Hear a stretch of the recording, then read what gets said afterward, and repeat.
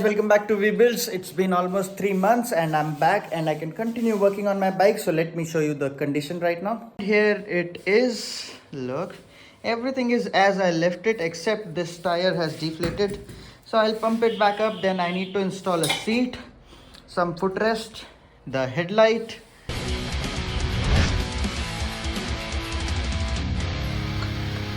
But yeah, before doing any of those, there are few mistakes or anomalies that I found in our previous test runs.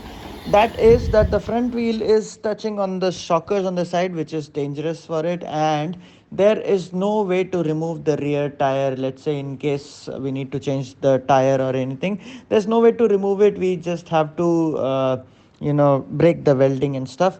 So I have to fix these two first and then we can move ahead with the rest of it.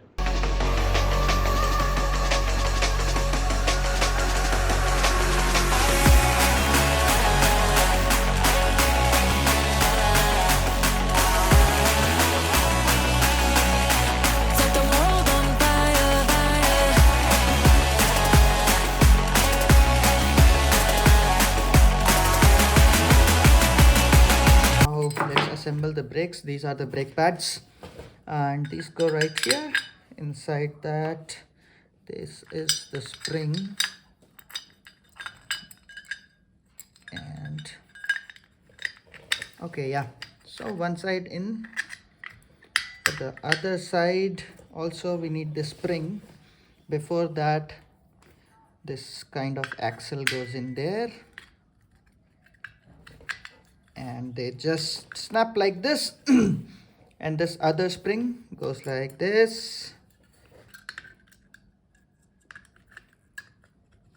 and just like that. In it goes. Now you see how the brake pads work.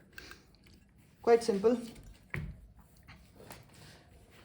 This lever is what pulls the brake and the spring goes here so that the brake is not always engaged.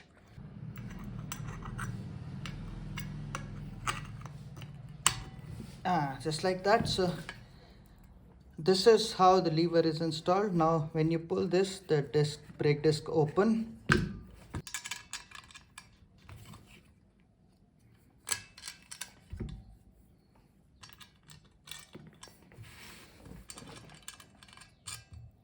And that's it.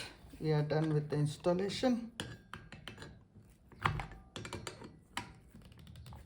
So now let me show you how it works. The brake wire goes in here, and when you pull the brakes, it pulls this lever, and basically this lever just rotates and opens the brakes. So if you see, if they are expanding, so they are expanding, and that way on the wall of the drum, this thing creates friction with the ball of the drum and it stops your bike or car, whatever. So this is how the drum brakes work. Guess what? I had to break apart all of it. Why is that? Because you see, when I installed this motor as a front tire, and the left hand side, if you see this line, this is where it was scratching against the shockers. You see this right there, the tire was rubbing against it, and eventually I thought that this will burst.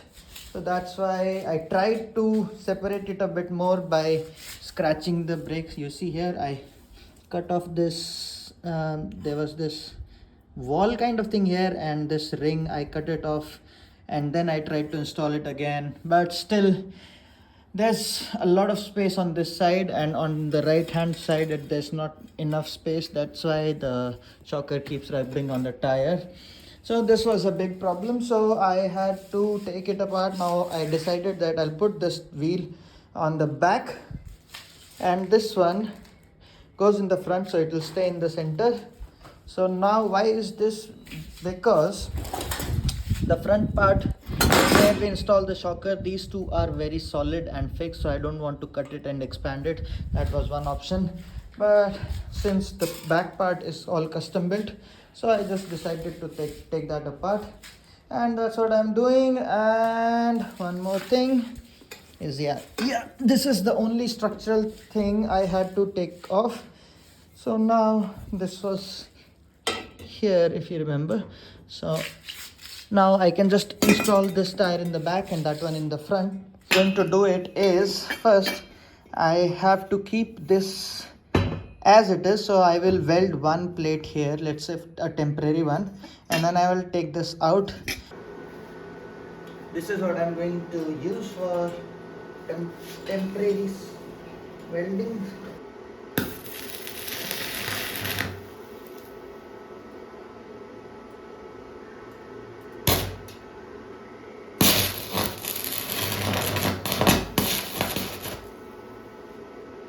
This weld is complete here, so it will hold it in place and I can proceed to cutting this.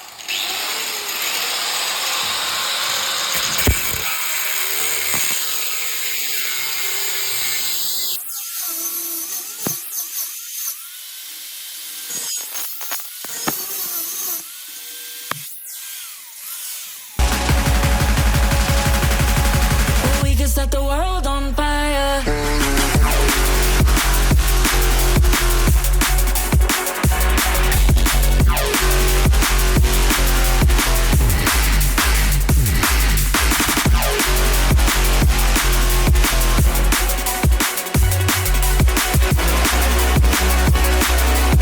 Now the front wheel has got a bit tricky because I made this hole a bit wider so that the motor axle can fit. But now since I am using this axle is a bit slim, so I have to use some kind of washer. I'll take this and then install it over here. This should be okay, this should work.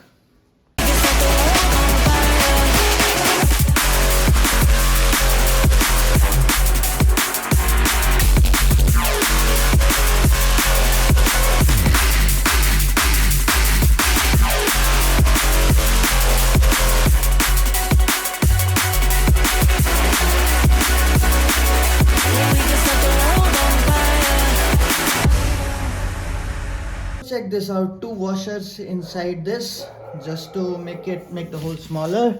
Now it can easily fit in here like that and we are good to go.